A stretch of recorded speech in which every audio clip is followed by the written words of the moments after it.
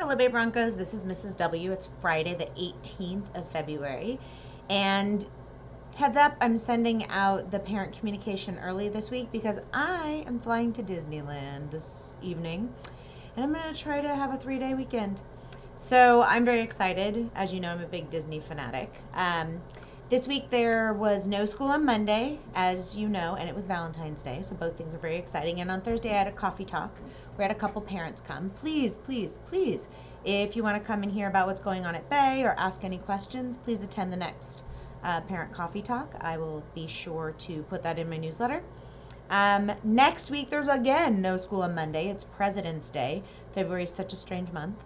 Wednesday we have SSC at night. And then Thursday and Friday are short days for assessments. So what that means is that all of our TK and kinder students will be early.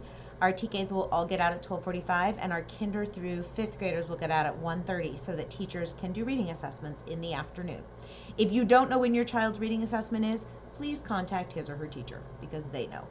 So I hope that you all have a wonderful 3-day weekend, and I have a great book for you today called Stacey's Extraordinary Words by Stacey Abrams. It's a longer book, so I'll be reading it in 2 pieces. Stacey's Extraordinary Words by Stacey Abrams. Look, I like that word. Onomatopoeia. Stacey loved words. She loved to read and write and say them. She adored fun words, long words, unusual words, words with wonderful histories and weird combinations. Whenever Stacey learned a new word, it was like making a new friend. First, she would find it, the dictionary. Then she would look up where the word had come from and learn its secrets. Did any of its letters hide and stay quiet? Like the P in ptarmigan, a bird that lives in cold northern regions. Or were they strong like the I in bright? I love how she thinks about words. Next, she wrote the word in her special notebook of extraordinary words. She practiced how to arrange the letters just right, how to sound them out. That's because she loved spelling interesting words most of all. Onomatopoeia. Pop. With her favorite words, she would try to remember their quirks, what made them special, when she saw a super long word like onomatopoeia. A funny word to describe sounds of other words, she had to jump and sway. Words like duckling made her grin. Persnickety tickled her tongue.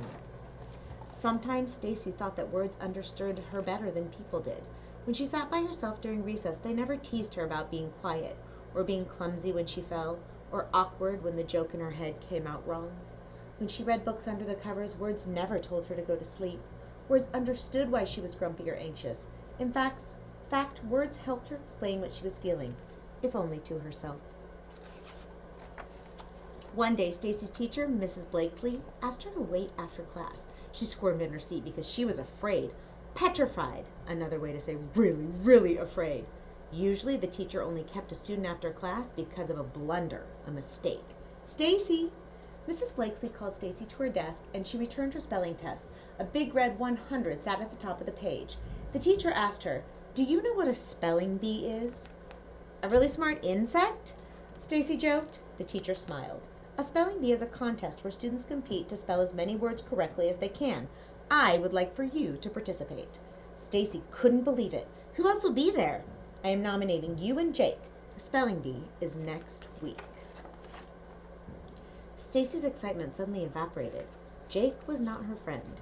He was a bully who knew words too. Just yesterday, he'd used a complicated word that made Suki cry. Last week, she heard him say something cruel to Zivko about his accent. Stacey thought it was stupendous that Zivko knew words in 2 different languages. Stacey knew as many words as Jake did. She wanted to say something when he said mean things to her friends, but she was intimidated, scared, because sometimes he said hurtful things to her too. She wished she had used her clever words to help Suki or Zivko or herself by speaking up. Perhaps at the spelling bee she would be braver. At the spelling bee she would not be silent. All week long, Stacey studied her spelling words from school and the ones she kept in her notebook. Sesquipedalian. Still, the spelling bee felt as far away as the longest word she had ever seen. Sesquipedalian, a fancy way to describe words with lots of syllables.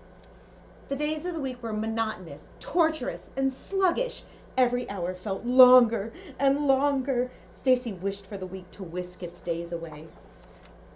Finally, the morning of the spelling bee arrived. Stacey walked into the county library with her mother, holding her hand tight. Mama gave her a big hug and whispered into her ear, "Just do your best. Your dad and I are very proud of you." So that's where I'm going to stop for today, Stacey's Extraordinary Words. I will continue and finish the book next week. I'm excited to see how Stacey does and if she's able to stand up to the bully. It's not okay for anyone to use their words to make other people feel bad. So, Broncos, I hope that you have a wonderful long weekend. And remember, today and every day, it's great to be a Bronco. I'll see you next week. Bye, Broncos.